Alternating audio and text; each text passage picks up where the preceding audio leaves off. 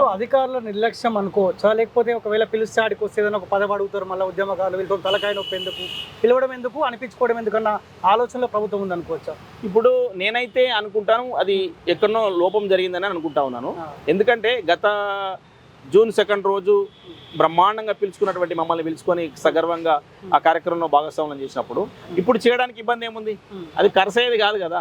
నువ్వు అన్నట్టుగా పోవుడుతో అడిగి పోయి మాకు పదవులు ఎవరు అడుగుతారు? నాకు అట్లా అర్థం కాదు. అట్లా అడిగే పరిస్థితి ఏమి ఉండదు.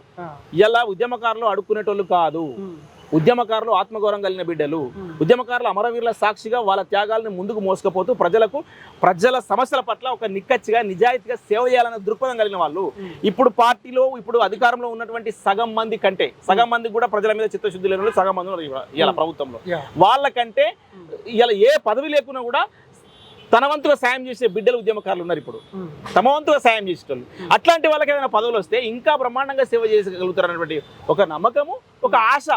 ఒకవేళ ఈ సేవ చేస్తుడు ఒక పొజిషన్లో ఒక స్థానంలో ఉంటే ఇంకా వందల మందికి సేవ చేస్తారు కదా. అది ప్రభుత్వానికి గొప్ప పేరే కదా. సో ప్రభుత్వానికి గొప్ప పేరు తీసుకురావడానికి, ప్రభుత్వము ఒక చిరకాలంగా మంచి ముద్ర వేసుకోవడానికి స్వార్థపరులకు పదవులు ఇవ్వడం కంటే మంచి వాళ్లకు నిజాయితీ పరులకు పదవులు ఇవ్వడం ద్వారా ప్రభుత్వానికి మంచి పేరు వస్తుందని చెప్పేసి నేను కోరుతా ఉన్నా.